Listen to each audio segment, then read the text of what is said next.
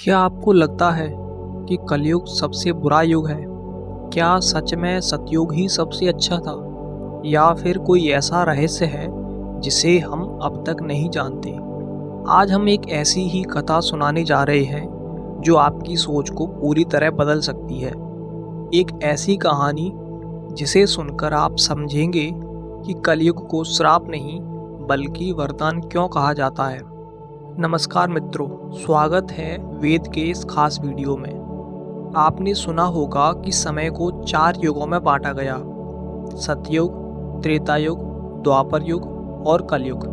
अधिकतर लोग मानते हैं कि कलयुग सबसे बुरा युग है, लेकिन क्या आप जानते हैं कि विष्णु पुराण में महर्षि व्यास ने इसे सबसे श्रेष्ठ युग बताया है। अब सवाल उठता है कि क्या कलयुग सच में सबसे अच्छा युग है, और अगर हाँ तो कैसे?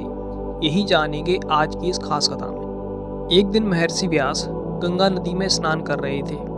कुछ ऋषियों ने देखा कि वे बार बार जल में डुबकी लगा रहे हैं और बार बार कुछ बोल रहे हैं कि कलयुग महान है, शूद्र श्रेष्ठ हैं, स्त्रियां साधु हैं। ये सब सुनकर ऋषियों को बड़ा आश्चर्य हुआ। उन्होंने आपस में चर्चा की कि अब तक तो हमने सुना था कि सतयुग सबसे पवित्र है, ब्राह्मण सबसे श्रेष्ठ हैं, फिर महर्षि ऐसा क्यों कह रहे हैं?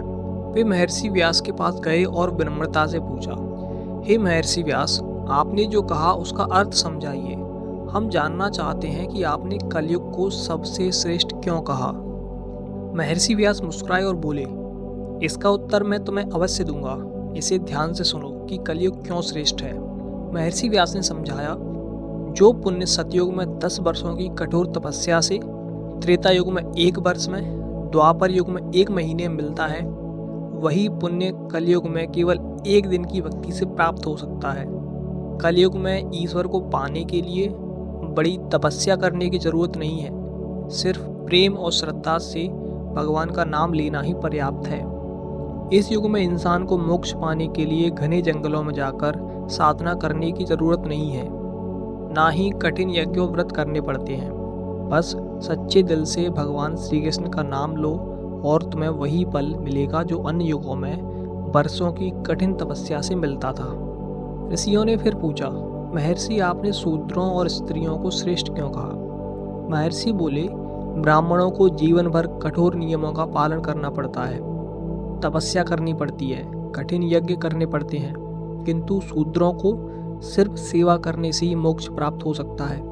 वे बिना किसी कठिन नियम के भी परम गति पा सकते हैं, इसलिए वे धन्य हैं। महर्षि व्यास बोले, इसी तरह स्त्रियों को भी केवल पति की सेवा और सच्चे मन से प्रेम करने से मोक्ष मिल जाता है, जबकि पुरुषों को कई कठिन नियमों का पालन करना पड़ता है, इसलिए स्त्रियां भी धन्य हैं।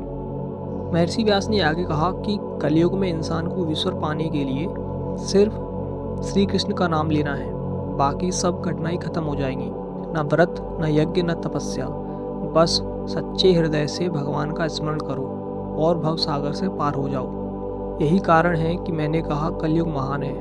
यह युग उन लोगों के लिए सबसे अच्छा है जो कठिन तपस्या नहीं कर सकते, परंतु सच्चे हृदय से भगवान को याद कर सकते हैं। मित्रों, इस कथा से हमें यह सीख मिलती है कि कलयुग को शाप नहीं वरदान समझना चाहिए। ईश्वर तक पहुंचने के लिए सिर्फ प्रेम, श्रद्धा और हरि नाम की जरूरत है। तो आप भी हर दिन श्री कृष्ण का नाम लो, जीवन सफल बनाओ और मोक्ष का मार्ग प्रशस्त करो।